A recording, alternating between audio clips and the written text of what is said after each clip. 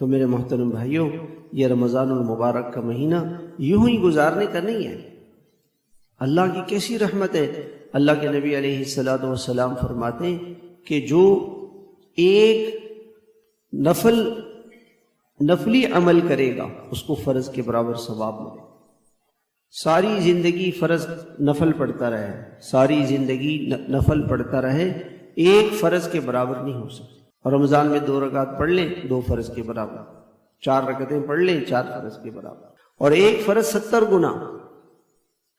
دنیا میں کوئی ایسا بزنس ہے کہ 1000 کے 70 مل جائے، 70,000 مل جائے؟ کوئی ایسا ہے نہیں۔ 1 لاکھ انویسٹمنٹ کریں 70 لاکھ ملے، ایسا میں تو سمجھتا ہوں کہ ایسا کوئی نہیں ہے، ایسا کوئی نہیں ہو۔ اور اللہ کیسے اپنے خزانوں سے دینے والے۔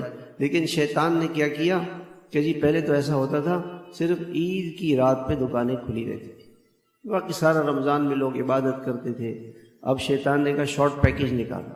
شارٹ پیکیج کیا ہے کہ بھئی 3 دن کی تراویح، 7 دن کی تراویح، بہت زیادہ تیر مارا تو 10 دن کی تراویح، اور 20 کے 20 دن دکان کھلے ہوئے، بازار کھلے ہوئے، ساری رات، نہ دن کو روزہ نہ رات کو تراویح، اور ساری رات بازاروں میں۔ شیطان بھی تو محنت کرتا ہے۔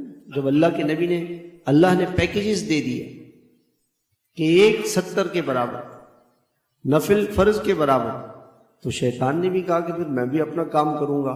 اس نے مارکیٹیں بنا دی، دکان بنا دی، اور جناب بازار بھرے پڑے، عید کی تیاریاں چل رہی ہیں، نہ رمضان کے روزے اور نہ تراویح، اور عید کی تیاری پوری رمضان۔